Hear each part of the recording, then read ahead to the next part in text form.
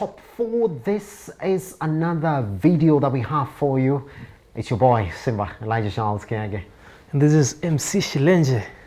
That's it. We are on a journey to 200 subscribers by the end of this month.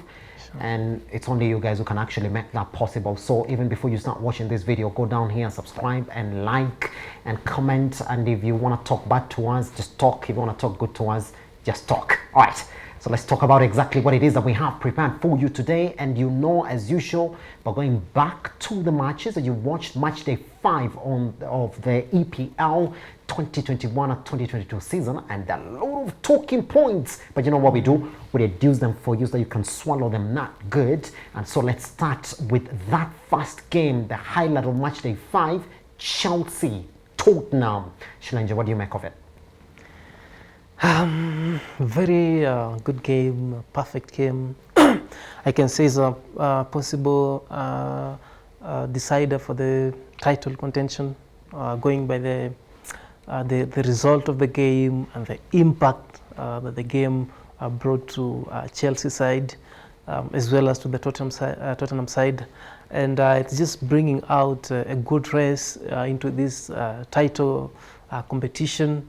How teams are now shaping up, trying to pick points and bolster their positions in terms of fighting for the league. And it's just promising to be one of those neck-to-neck leagues that you need to watch out. All right, so let's tell this cousin exactly when we were preparing for this video, what we said. Our talking point was supposed to be Tuchel's tactics. We saw exactly what he did, taking out Mount and bringing in N'Golo Kante for that game, and it turned out to be the most effective thing in that game. But then, did you expect Tottenham to beat Chelsea? Tottenham and Chelsea is always a derby. This is a game that can go anywhere. Any team can get a result here.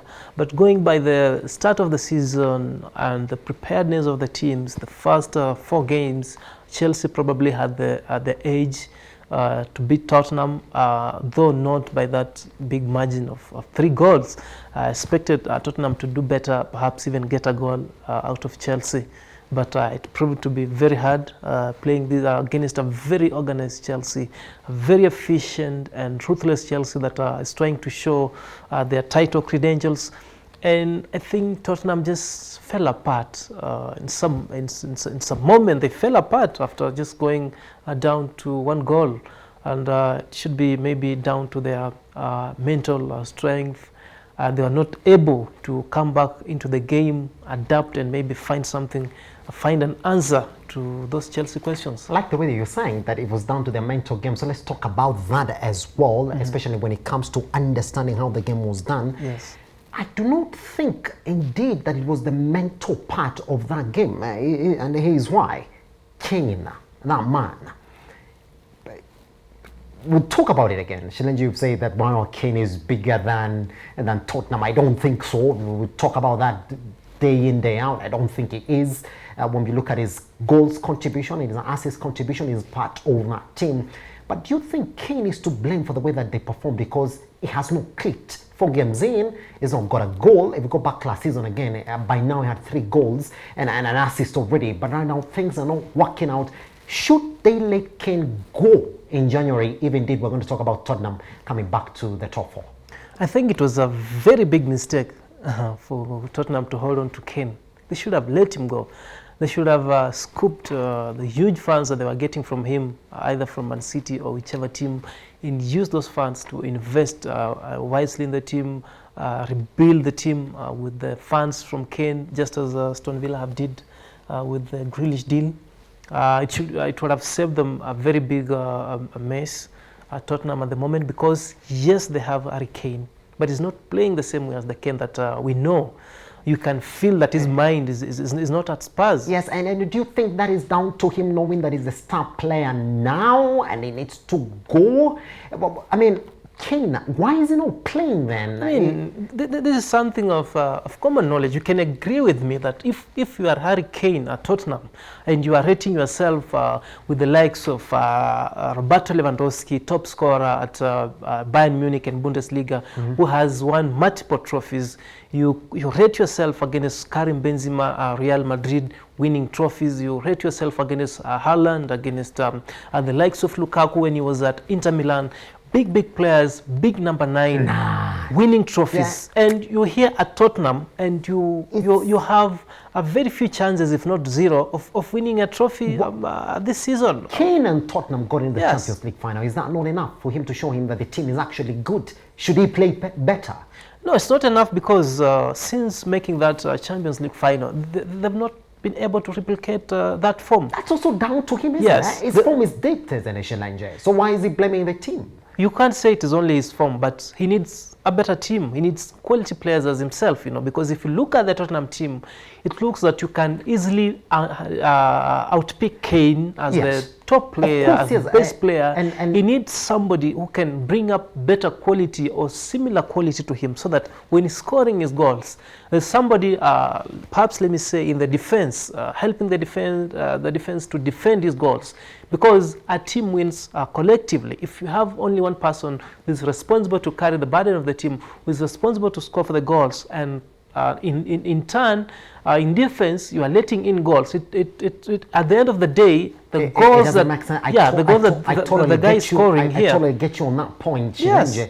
But then when you look at Harry Kane, is he not a team player as well? They didn't get to the Champions League final by luck. It was part of that team. And actually, majority of those team members are still there. So when it comes down to Tottenham again, trying again in Champions League and the league as well, it looks as if a player wants to get grounded. And I told you, I think that this is just down to the agent telling him, well, you got to go this time round and you got to help me force that move again.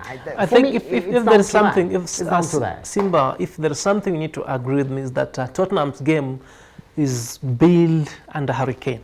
There's no doubt about that. There's no doubt about that. Yes, such that when he's in the team... But it's working, isn't it, for Harry Kane? It's working. Such that when he's in the team, when he's playing for Tottenham, he's the anchor man. Everything has to work around him. But and that system seems to work for him, isn't it? Why is he leaving? As much as it works, it limits the capability and the creativity of other players inside the team, in that when they're playing with Harry Kane, they need to allow him to be the man. They need to give him the ball, they need to give him the spaces. He should be allowed to do everything on the pitch, which in return might sacrifice the creativity of these other players, the likes of Song, the likes of Lucas Moura, the likes of Bergwijn. There's so many good players in Spurs, but when they are playing with Kane, they seem to leave the entire burden to him, for him to perform for the team, which is never enough to help Tottenham win trophies, Do you think this phrase actually does apply for Kane right now? Keep a woman who says she doesn't love you and you're going to go through hell. Of course, absolutely right. They need to let Kane go. The remaining players shall rise up to the occasion. They shall rebuild themselves with Tottenham, because every player will be wanting to have a number in the team. You want to cement their position, and so they'll be working hard for the team, playing for the badge, and just wanting to express themselves in the field of play, and can make Tottenham better than they are with Kane. Pretty much. Match day 5 as well. Manchester United against West Ham. And I'm going to ask you this question, and be very careful, because we have a lot of Manchester United who are watching and they're actually quite emotive. Have you ever listened to Manchester United speak about Cristiano? Anyway, here's the thing. Do you think that Manchester United are proper title contenders now? Be careful. They're watching. They're listening.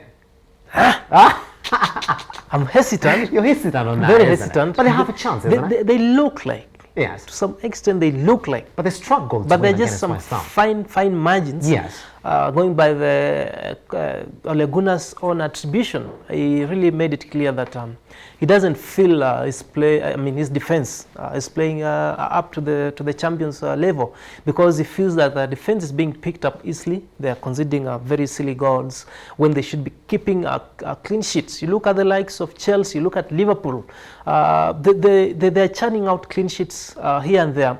And for a team that wants to win the league, number one, you need to tighten the defense. There's no doubt about that when you are winning, yes, you're scoring goals, yes, but you shouldn't be conceding many goals. Yes. And even if you concede, it should be actually out of necessity, not just because you are giving out easy goals. Here's the thing, Ben. Correct me if I'm wrong here. There's one of Manchester United fans who actually, I saw in the comments that we are actually biased so much when we're talking about Manchester United. Here's the thing, that with Cristiano back in that team, with Lingard, again, back in that team. Remember, these are players who are coming back to that team. Yes, he's a big game player. He's a big game player. Yeah. Then either Sancho or Rashford or Martial or Greenwood, those 4 players I mentioned, because now we have 6 players can actually play in that position, that 4 of them have to ship out, whether they like it or not. I mean, it goes out without any saying. Yeah. For any coach, even if you are Ole Gunnar Solskjaer and you have about 4 young players in your team, you can't play all of them at once, and you have experience at the same time. You need to strike a balance. When you have Cristiano Ronaldo, you have Lingard, you have Cavani. Yeah, you have Cavani as well. I forgot Cavani. Yeah, there's Cavani. So we have 7 players who are actually going for that position. Forward players. 7 players. Yeah. So in most cases, Manchester United is just made up of strikers, isn't it? In most cases, you'll have to to sacrifice the young players, because they can learn from the mature players. But it's not good. It is good. Why did you bring in Sancho if he's not going to play? No, But you have Greenwood if he's not going to play, then? They are the future of the team. They're the future of the team. They're the future of the team. It's now not the time for them to get integrated into that team. Because it looks as if before Cristiano and Lingard were actually integrated back into that team, things were going on good for these other players. Things were going on good for Martial, Greenwood as well. We've seen him play a lot of matches for that team as well. Rashford was playing really good for that team. But now with Cristiano there, it's giving them goals. You like to think that from where Ole Gunnar is sitting, he's saying, but gotta start with Cristiano. And Lingard as well is come back with the goals as well. So are we talking about Cavani never having to play again, and somebody like Martial, who's out of favor again, never having going to play, and Sancho's come back to that team, never going to have to see those chances? They shall play, of course. No doubt they shall play. Yes. The fixtures are so much. There are so many games. They have to play in the Premier League. They have to play in the Champions League. We have other domestic cups like FA and the Carabao Cup. So everybody will get the chances. I think the biggest problem or the headache that should be facing United and Solskjaer at the moment is how maybe to organize their defense so that he tightens up. They got a big defender in Rafael Varane. He needs to know how best he can be paired in the centre back, because the forward seems to have sorted itself. He has so many players with an immense quality going forward. So the worry should be more on the defense, how he can tighten the small loopholes, the small miscommunications, and the mistakes that the defense might be making, so that he can tighten them up to a level of going 3 clean sheets for clean sheets before they consider a simple goal. Because remember, as much as United look better, they have not faced a bigger opponent. And they're going to face them next. Yes. In the next game, match day 6. I'm saying in terms of maybe the top 6 teams. Yeah, in terms of they the top haven't 6 played teams. a real contender for the Premier League. Yes. Yeah. All right. Now, let's end it like this then. On match day 5, Konate and Liverpool, in just a minute, they look like the silent title contenders that nobody's talking about. If you look at the way Konate played, it was a debutant for that game against Crystal Palace. They ended up winning. Mo Salah on the score sheet as well, as you'd expect. And why are we not talking about Liverpool being proper title contenders this time round? I feel like the time is coming. Yes, they're playing better, they're good. But if you look at them in the finer margins, they haven't shown the biggest capability in finer margins if they're going to really stand out in the challenge when the rubber meets the road, when the league gets tighter, what about, have you looked at their squad? Do they have the depth that can match Chelsea? The depth that can match City or even Manchester, you know? For instance, when you take Salah out of Liverpool, when you take Mane out of Liverpool, when you take Van Dijk out of Liverpool, are they able to play against a top side and win a game? I mean, that's a big question that we're going to ask is for Liverpool. Anyway, it's for us to keep on watching and then get back to you on that as well. What we do know now is that Liverpool are now among the top performers after match day 5. Why is your team? Talk to us down here as well. Do you think that Cristiano coming back to Manchester United means that Martial, Rashford, Sancho, Greenwood are never going to see the game again as much as they wanted? Talk to us. And also remember, we are asking you to be part of this journey to 200 subbies. We hope we're going to get there before the end of this month. You don't know what to do. Subscribe. Subscribe. Till the next one. See you.